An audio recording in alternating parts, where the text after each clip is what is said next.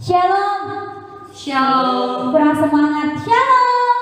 Shalom. Siap untuk kita datang dalam hadirat Tuhan, amin. Siap untuk kita menikmati hadirat Tuhan, amin.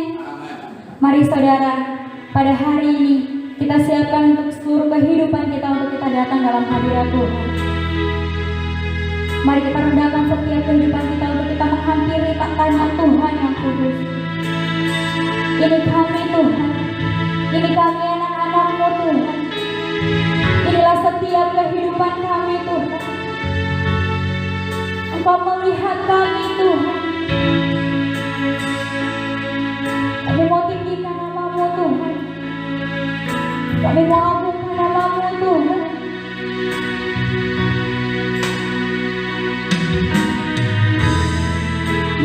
Terima kasih Tuhan.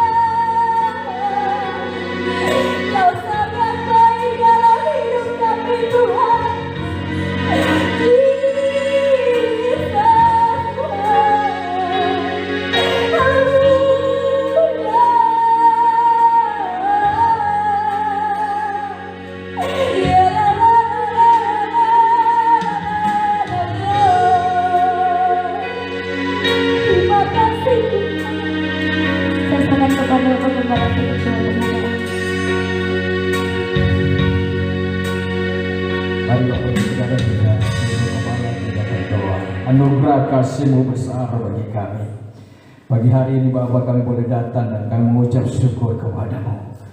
Kami tahu bahwa hari-hari yang kami lewati Bapak Engkau tidak pernah meninggalkan kami. Sehingga pagi ini Tuhan kami boleh datang Tuhan menghampiri, memuji, menyembah Engkau Tuhan. Nah sebab itu Bapak di sorga kami bawa dan menyerahkan seluruh ibadah dari pertama sampai selesai kami pertaruhkan ke dalam tangan-Mu.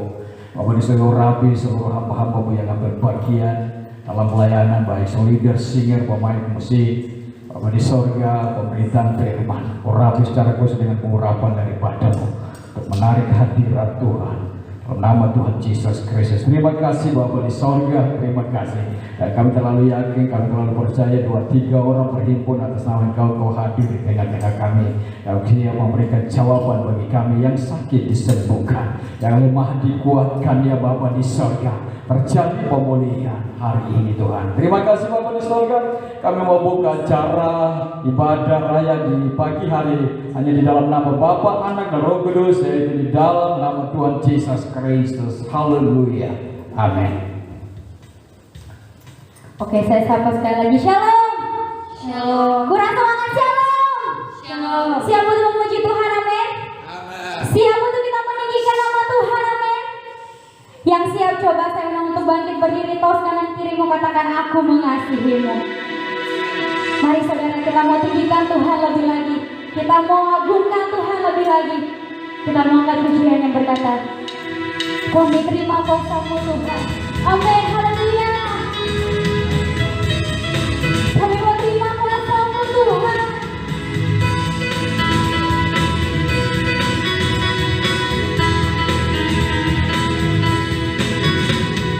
Kami yang telah ditebus dengan darah yang kudus, mengantar pujian bagimu. Kami berkurus-Mu Tuhan.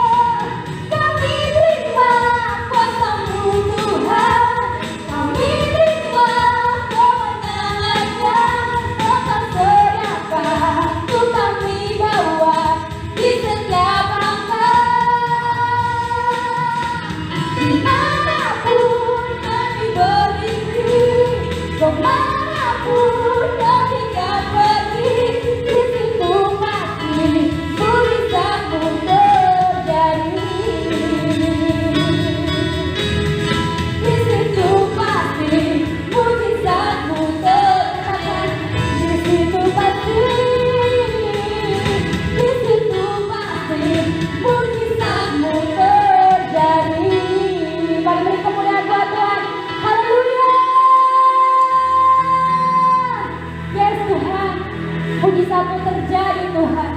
Amin. Mari kita siapkan hati kita untuk kita mendengarkan kebenaran firman Tuhan. Terima kasih Tuhan. Mujizat-Mu terjadi dalam setiap kehidupan kami Tuhan. Mujizat-Mu terjadi dalam setiap keluarga kami Tuhan. Mujizat-Mu terjadi dalam Indonesia kami Tuhan. Amin. Kami mau percaya Tuhan. Kami mau berserah kepada-Mu Tuhan. Yes, amin. Terima kasih Tuhan. Bapa, Engkau mengenalku lebih dari siapapun. Engkau tahu ceritaku dan isi hatiku. Katakan, tak peduli masa lalu. Engkau tetap memilihku. Ubahanku sempurnakan jadi karya yang indah. Ini aku percaya, tiada yang mustahil bagimu. Kuasa-Mu, kuatanmu, dasarku berharap. Ini aku berserah pada rancangan-Mu bagiku. Ku izinkan panggilan-Mu, ku bersedia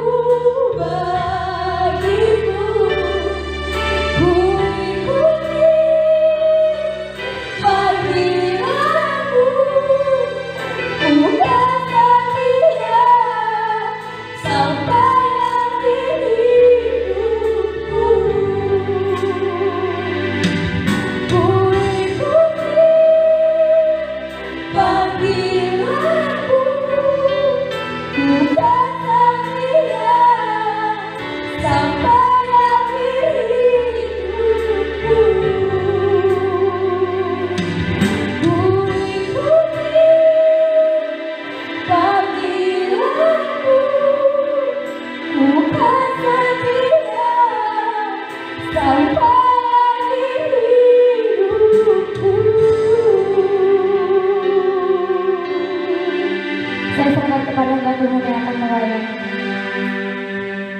Mari kita berdoa. Bapa di dalam surga, pada pagi hari ini Tuhan kami hampiri Engkau. Kami naikkan puji-pujian kami kepadamu Tuhan. Biarlah Engkau menerimanya sebagai persembahan. Biarlah itu berbau harum di hadapan Tuhan. Dan berkenan di hadapan Tuhan, menyenangkan hatimu Bapa. Tiba saatnya kami akan mendengarkan kebenaran firman-Mu. Tuhan tolong berkati setiap pendengaran kami, hati kami, untuk kami mendengarkan kebenaran firman Tuhan. Untuk kami menerima firman-Mu. Biarlah itu bagaikan benih yang tertanam dalam tanah. Hati kami menjadi tanah yang subur, sehingga benih kebenaran firman Tuhan itu boleh bertumbuh. Terima kasih Bapa, bahkan berbuah, dan juga boleh memberkati banyak orang di sekitar kami. Dalam nama Tuhan Yesus kami siap mendengar kebenaran firman Tuhan. Haleluya, amin. Puji Tuhan, shalom semuanya, selamat pagi. Mari kita siapkan hati kita. Pagi hari ini kita akan belajar firman Tuhan. Saya kasih judul penerimaan versus penolakan. Ya. Kenapa saya mau angkat ini? Karena penerimaan merupakan hal yang penting untuk seseorang.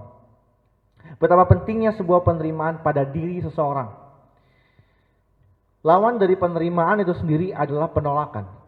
Sekali lagi saya katakan, lawan dari penerimaan itu sendiri adalah penolakan. Dan masing-masing itu punya efek bagi yang mengalaminya, baik penerimaan ataupun penolakan. Keduanya masing-masing punya efek pada diri seseorang. Ketika seseorang mengalami penerimaan dalam dirinya, maka ada efek tertentu. Ketika ada orang yang tertolak, mengalami penolakan pun juga punya efek tersendiri dalam dirinya. Nah, kita akan belajar tentang penerimaan. Satu yang pasti, setiap manusia kita, saudara dan saya, itu sangat membutuhkan yang namanya penerimaan. Sangat membutuhkan yang namanya diterima oleh orang lain, oleh pribadi yang lain, oleh lingkungan sekitar, oleh keluarga kita. Manusia itu pada dasarnya butuh penerimaan. Ya. Dan tentunya bukan penolakan. Siapa orang yang suka ditolak? Siapa orang yang suka dirinya itu menerima penolakan dari lingkungannya, dari orang-orang sekitarnya? Tidak ada satu orang pun yang suka untuk ditolak. Tapi kita semua sangat membutuhkan, sangat memerlukan, bahkan sangat menyukai yang namanya penerimaan. Kita suka untuk diterima, manusia suka itu. Tapi saudara, tanpa kita sadari bahwa kita hidup, kita memiliki keselamatan. Orang-orang percaya, kita sebagai orang Kristen yang percaya Tuhan Yesus, kita hidup hari ini itu karena penerimaan. Kita diselamatkan itu karena penerimaan. Penerimaan yang datangnya dari Tuhan. Karena sebenarnya manusia pada awalnya sudah masuk dalam kategori makhluk yang ditolak. Kita manusia pada awalnya adalah makhluk yang tertolak. Karena kenapa? Pada mulanya manusia itu mengikuti pribadi yang juga ditolak oleh Tuhan. Siapa? Iblis. Iblis ditolak Tuhan di sorga. Sehingga penolakan mengakibatkan pemberontakan. Dia berontak karena keinginannya itu tidak sesuai dengan kehendak Allah. Dia merasa diri tertolak sehingga ia berontak. Sehingga biasanya orang ketika tertolak dia akan mengajak orang lain. Iblis juga mengajak melakukan demikian kepada manusia. Dan faktanya manusia pun mengikuti. Tapi berita baiknya, memang dari awal Tuhan kita itu mengasihi manusia. Tuhan tetap mengasihi manusia pada awalnya, Adam dan Hawa. Sekalipun mereka menerima hukuman, sekalipun mereka berada di bawah hukuman sampai Yesus datang untuk menebus dosa manusia, tapi tetap manusia merupakan makhluk yang Tuhan cintai, Tuhan kasihi. Tuhan masih mengharapkan, Tuhan masih membuka sebenarnya Penerimaan itu. Tuhan menerima, maksud saya, orang-orang yang datang kepadanya dengan kesungguhan hati. Nah, jadi pada intinya, sesungguhnya penerimaan itu, kita akan belajar ini lebih dalam lagi. Penerimaan membawa kita kepada dimensi yang baru, yakni hidup yang lebih baik. Maka penerimaan pada pagi hari ini menjadi hal yang perlu untuk kita pelajari. Terutama dalam kita membangun hubungan sesama dengan manusia. Penerimaan adalah hal yang sangat penting. Bagaimana kita harus membangun dengan orang-orang di sekitar kita yang Tuhan sendiri telah tetapkan. Penerimaan diperlukan di sana. Kita belajar dari Alkitab. Mari kita buka kitab 2 Samuel pasal 9 ayat yang ketiga. Di sana dikatakan begini. Kemudian berkatalah raja, tidak adakah lagi orang yang tinggal dari keluarga Saul? Aku hendak menunjukkan kepadanya kasih yang dari Allah. Garis bawahi kata kasih. Lalu berkatalah Ziba kepada raja, masih ada seorang anak laki-laki Yonatan yang cacat kakinya. Kita perlu tahu bahwa pada zaman itu kerajaan tidak menerima orang yang, mohon maaf, secara fisik itu cacat. Mephiboset adalah anak dari Yonatan, sahabat Daud. Yonatan adalah anak dari Saul. Yang pada akhir hidupnya kita tahu bahwa Daud menjadi musuhnya Saul. Sekalipun Daud tidak menganggap bahwa Saul adalah musuhnya. Tapi saat itu Daud menjadi seorang pelarian. Dia kabur menjauhi Saul karena Saul mencoba untuk membunuhnya. Tapi ada perjanjian antara Daud dengan Yonatan, anaknya Saul. Mereka adalah sahabat yang baik. Mereka membangun hubungan dengan sangat baik. Dan mereka saling berjanji, mengikat perjanjian bahwa mereka tidak akan menyakiti satu sama lain bahkan sampai keturunan mereka. Dan Daud mengingat itu ketika Saul dan Yonatan sudah tidak ada. Daud memikirkan tentang keturunan Yonatan sahabatnya. Kemudian dicarilah, masih adakah keturunan Raja Saul di sana maksudnya, dalam perikop ini. Mephiboset diterima, sekalipun keadaannya cacat. Bahkan kalau boleh ditambah, dia pun orang yang leluhurnya pernah menyakiti Daud. Tapi kita mau belajar di sini, dasar dari penerimaan adalah kasih. Karena dikatakan tadi, aku hendak menunjukkan kepadanya kasih yang dari Allah. Kita nggak akan bisa menerima orang-orang di sekitar kita tanpa kasih Allah. Kita perlu kasih Allah untuk bisa menerima orang-orang di sekitar kita. Ngerinya dan faktanya, kasih adalah hal yang sering diajarkan kekristenan. Kita tahu semua tentang itu.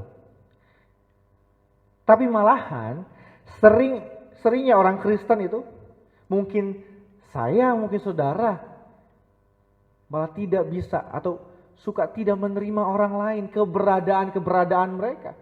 Yang mungkin bagi kita, mereka nggak layak menerima itu. Mereka nggak layak menerima uluran tangan kita. Mereka tidak layak mendapatkan kasih itu. Banyak gereja yang sebenarnya adalah manusia itu sendiri, nggak peduli pada keadaan sekitar. Jadi saya mau bilang bahwa kasih merupakan hal penting dalam melakukan tindakan penerimaan. Jika kita belajar, kita hari ini sedang belajar untuk menerima orang lain dalam kehidupan kita. Apapun kondisi, apapun situasi orang-orang itu. Satu yang kita perlu miliki, namanya adalah kasih. Belajar dari Daud yang menerima Mephiboset, seorang yang cacat.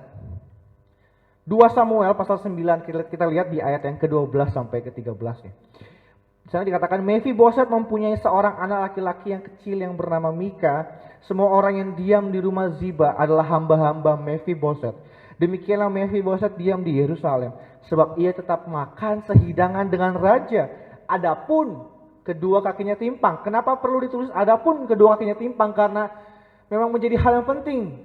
Fisik yang baik, fisik yang sempurna untuk bisa berada di satu tempat, sehidangan, makan bersama dengan raja. Bagi mereka, mohon maaf sekali lagi, yang tidak memiliki fisik sempurna, mereka tidak layak makan bersama dengan raja. Tapi dari sini kita belajar bahwa Daud memiliki penerimaan. Penerimaan itu akan membuat hidup seseorang akan dihargai. Seperti Mephiboset. Mephiboset memiliki hidup yang dihargai. Dia merasa dia dihargai. Saudara tahu ketika orang, saya mau kasih tahu, ketika orang itu merasa dihargai dirinya, tentunya dihargai dengan ketulusan, maka ia akan bersuka cita. Ketika ia bersuka cita, maka dia nggak akan menahan dirinya untuk melakukan kebaikan. Sekali lagi saya katakan bahwa ketika seseorang diterima, dia akan merasa diri dihargai. Ketika dia merasa diri dihargai dengan ketulusan, maka ia akan bersuka cita. Orang yang dihargai akan bersuka cita. Ketika bersuka cita, dia akan mudah melakukan kebaikan.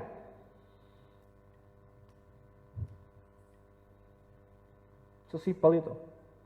Mari kita belajar untuk menerima orang lain. Dampaknya luar biasa bagi orang-orang itu. Itu pun terjadi pada Zakheus. Ngomong-ngomong tentang kebaikan, efek daripada penerimaan. Sekarang kita tahu memang Zakheus kalau secara literasi, Zakheuslah yang menerima Tuhan Yesus di rumahnya. Tetapi kita bisa melihat lebih dalam lagi di sana ceritanya. Bahwa apa? Cuman Tuhan Yesus yang menerima keberadaan Zakheus. Seringkali kita menerima orang lain di rumah kita, menerima orang lain ada di sekitar kita, tapi kita nggak menerima keberadaannya. Kita ejek mereka, kita rendahkan mereka. Sekali lagi, Zakheus memang menerima Tuhan Yesus di rumahnya pada saat itu. Tapi saat itu, di situasi itu, pada waktu itu, cuma Tuhan Yesus saja yang menerima keberadaan Zakheus. Sebagai apa? Pemungut cukai. Kita tahu pemungut cukai pada saat itu di Israel. Zakheus ini orang Israel juga. Tapi dia bekerja bagi tentara Romawi yang pada saat itu menjajah Israel. Maka pemungut cukai bisa juga dikatakan sebagai pengkhianat. Pengkhianat bangsa. Otomatis tidak diterima oleh rakyatnya. Oleh sebangsanya sendiri. Tapi saat itu hanya Tuhan Yesus yang bisa melihat kedalaman dan menerima pribadi Zakheus. Kita lihat efek penerimaan Tuhan Yesus ya pada Zakheus. Lukas 19 ayat yang ke-8 berkata di sana, tetapi Zakheus berdiri dan berkata kepada Tuhan, Tuhan, setengah dari milikku akan kuberikan kepada orang miskin, dan sekiranya ada sesuatu yang kuperas dari seseorang, akan kukembalikan 4 kali lipat. Penerimaan itu membuat seseorang menjadi lebih baik lagi. Bahkan ada perubahan bagi mereka yang diterima keberadaannya. Zakheus merupakan pribadi yang buruk, citranya tidak baik pada saat itu, tapi dia mengalami penerimaan oleh Tuhan Yesus. Dia mengalami penerimaan oleh Tuhan Yesus. Maka hidupnya berubah ketika dia diterima, dia merasa dihargai. Padahal kita tahu Zakheus tidak mengenal Yesus sebelumnya. Karena kita lihat kalau di perikop yang di atas, dari awal ceritanya bahwa dia ingin tahu orang apakah Yesus itu, dikatakan di Alkitab. Sampai dia harus, karena memang Zakheus keadaan fisiknya saat itu tidak mendukung untuk melihat Tuhan Yesus, karena ramainya situasi pada saat itu, dia mencari pohon ara. Memanjat pohon ara Dia harus melihat Tuhan Yesus dari ketinggian tertentu supaya bisa kelihatan tuh Tuhan Yesus di dalam keramaian. Tapi kita lihat di sana, Yesus yang menerima Zakheus. Sekalipun dia pakai rumahnya Zakheus, dikatakan apa? Zakheus, turunlah, aku ingin menumpang di rumahmu. Maka terjadi perubahan. Yang tadinya Zakheus seorang yang mengambil harta pajak Israel dan menyerahkan itu, dan itu menyakiti bangsa Israel, menyerahkan harta mereka kepada negara penjajah mereka, menyakiti perasaan Israel, bangsanya sendiri. Tapi ketika ada penerimaan di dalam kehidupan Zakheus, maka kehidupannya berubah menjadi luar biasa. Dikatakan dia menyatakan, padahal di ayat yang ke-7, sebelum ayat yang ke-8, sebelum Zakheus ini ingin memberikan persembahan, ingin memberi kepada orang di sekitar, bahkan ingin mengembalikan 4 kali lipat kepada orang yang pernah ia peras. Di ayat yang ke-7 di sana dikatakan tentang bagaimana dia dicibir. Masih saja ketika Yesus sudah masuk, banyak orang seperti ini, ketika orang sedang berusaha untuk bertobat, bukan didukung tapi malah semakin dihina. Tapi kita lihat di sini, Zakheus gak peduli akan hal itu. Dia tahu, sekalipun semua, bahkan seluruh dunia tidak menerima dia, ada satu pribadi yang menerima dia, namanya Tuhan Yesus. Sehingga mengubah hatinya. Tuhan, kata Zakheus kepada Yesus, setengah dari milikku akan kuberikan kepada orang miskin. Wow, setengah hartanya. Dan sekiranya ada sesuatu yang kuperas dari seseorang, akan kukembalikan 4 kali lipat. Berarti banyak banget hartanya yang harus dia keluarkan. Tapi itu semua sudah tidak menjadi berharga. Ada yang lebih berharga, yaitu penerimaan daripada pribadi Tuhan Yesus Kristus. Sehingga saya mau katakan bahwa penerimaan ini memiliki efek yang besar. Ketika kita berhasil melakukannya kepada orang lain, itu akan mengubahkan orang lain. Bukan hanya menjadi lebih baik, tapi berubah. Yang buat orang lain gak mungkin. Maka ini dikatakan mujizat bagi Zakheus. Bahkan kita lihat, satu keluarganya diselamatkan. Karena satu orang diselamatkan. Kita nggak akan tahu apa yang akan terjadi berikutnya ketika kita menerima seseorang. Tapi percayalah, ketika kita tulus menerima orang lain di sekitar kita, apapun keberadaan mereka, dengan kasih, maka itu akan mengubahkan hidupnya dan orang di sekitarnya. Tanpa kita perlu capek-capek untuk mengubah orang-orang di sekitarnya. Satu orang saja kita terima. Yang tadinya Zakheus gak peduli, kejam hatinya, malah jadi sangat peduli. Jadi penerimaan itu menjadi hal yang sangat-sangat penting. Orang Kristen harus mampu menerima keberadaan orang di sekitarnya. Apapun, seburuk apapun mereka. Tentunya saya pun belajar, kita semua harus belajar.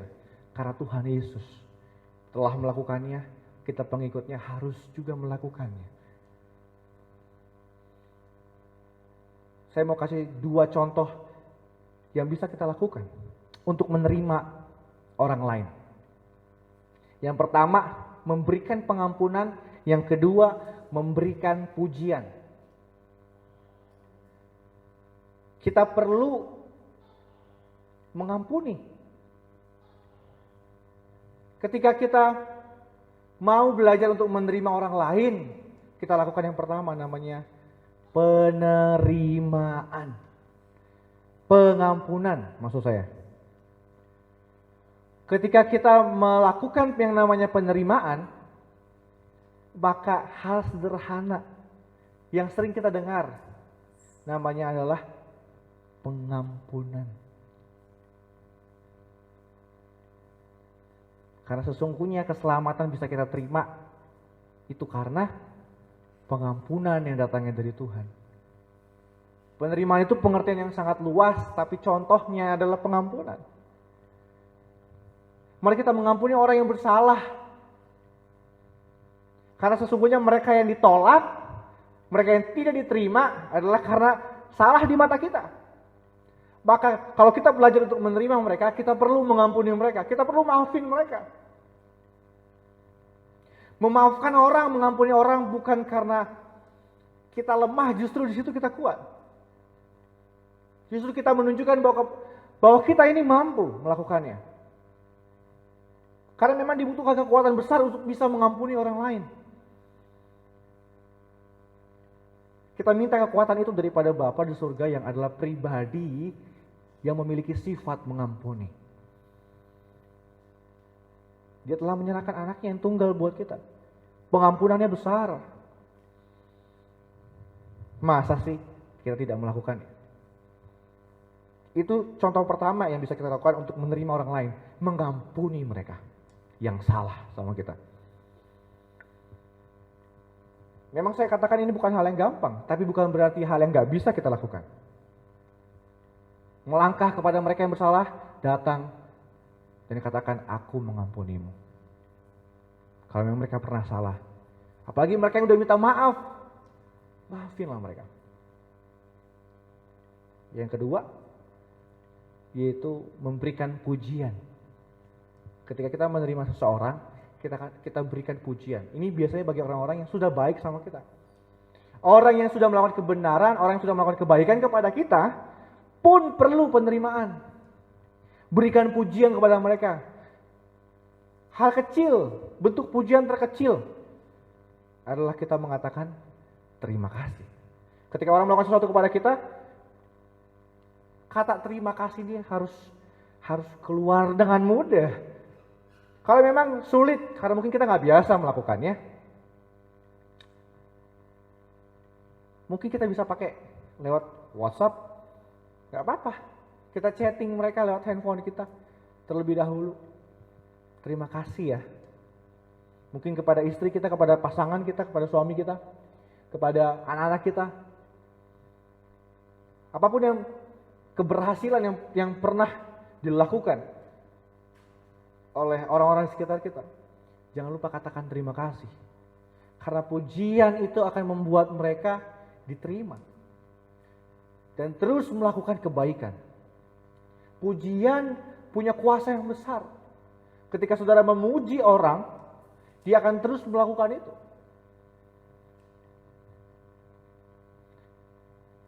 Jadi memberikan pengampunan, memberikan pujian adalah dua hal. Contoh yang bisa saya berikan. Yang bisa kita lakukan untuk kita menerima orang lain. Dengan begini hubungan kita, itu akan memberkati. Kita bukan hanya memiliki hubungan secara formal saja. Oh iya kita berteman, oh iya kita berkeluarga. Tapi tindakan kita kepada mereka itu memberkati mereka. Dengan kita apa? Menerima. Sampai di sini dulu. Mungkin kebenaran firman Tuhan. Sudah tahu penerimaan versus penolakan. Mana yang kita harus pilih? Sudah tahu yang benar yang mana. Saya mungkin gak perlu panjang lebar tentang penolakan. Karena kita semua pasti pernah mengalami penolakan. Karena dunia ini menolak kita.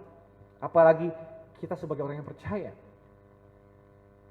Saya gak perlu kasih tahu lagi rasanya. Tapi saya mau tekankan bahwa penerimaan itu indah. Jadi mari kita belajar untuk menerima. Apalagi kelemahan-kelemahan orang lain. Atau juga hal-hal hebat yang sudah pernah orang lain lakukan. Dengan demikian kita menjaga hubungan dengan benar. Kita memberkati hubungan itu. Mari kita berdoa. Bapa di dalam surga, kami mengucap syukur kalau pada pagi hari ini kami sama-sama boleh belajar tentang penerimaan. Kami tahu Engkau pribadi yang pertama yang menerima kami Tuhan. Karena Engkaulah pencipta kami. Engkau menerima apapun Tuhan keberadaan kami. Mampukan kami Bapa untuk meneladani Engkau. Untuk mampu Tuhan menerima orang-orang yang di sekitar kami. Apapun yang menjadi kelemahan. Apapun yang menjadi kekurangan mereka. Ampuni kami kalau selama ini kami mungkin menolak. Bahkan cuek Tuhan. Mungkin kami tidak melakukan penolakan, tapi sebatas hanya tidak peduli saja. Itu pun Tuhan merupakan bukan kebenaran. Mampukan kami Bapa untuk kami dapat melakukan kebenaran ini. Mampukan kami untuk menerima orang-orang lain. Karena kami tahu bahwa penerimaan merupakan hal yang berdampak besar. Bisa mengubah orang lain. Terima kasih Bapak, karena kami tahu pada saat ini pun kami mengalami mujizat untuk kami diselamatkan. Itu pun karena Engkau menerima kami dengan kasih. Terima kasih Bapak, di dalam nama Tuhan Yesus Kristus. Kiranya firman-Mu ini boleh Tuhan mengubahkan kehidupan kami dan memberkati kami. Haleluya. Amin. Terus memberkati. Saudara diberkati, amin. Sekali lagi saudara diberkati, amin. Baiklah, kita akan mengakhiri ibadah kita pada pagi hari ini. Saya undang untuk semua bangkit berdiri kembali. Terima kasih Tuhan. Kami kembalikan segala ucapan syukur kami di hadapan-Mu Tuhan. Amin. Besar Allah kami, Engkau besar bagi kami Tuhan. Terpujilah nama-Mu Tuhan. Besar Allahku, nyanyikan besar Allahku, dan selamanya besar dan ajaib Tuhanku, katakan besar, besar Allahku, nyanyikan besar Allahku, dan selamanya besar dan ajaib Tuhanku, katakan besar Allahku, nyanyikan besar Allahku, dan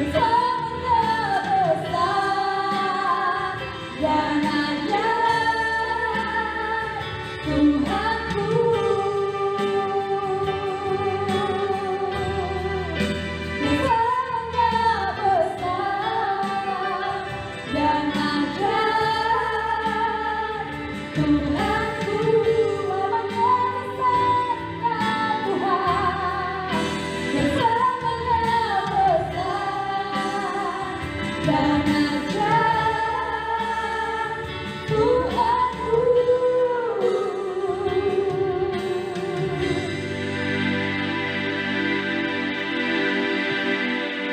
Mari Bapak Ibu Saudara kita akhiri ibadah kita sekalian. Glory Shikara Bapa Panaski. Bapa di sorga, kami bersyukur di hadapan-Mu beberapa menit Tuhan. Kau sudah izinkan kami untuk kami datang bersekutu dengan Engkau. Kami boleh datang dan sujud menyembah Engkau. Kami datang, kami pikirkan Engkau Tuhan. Dan kami boleh mendengar isi hati-Mu lewat kebenaran firman.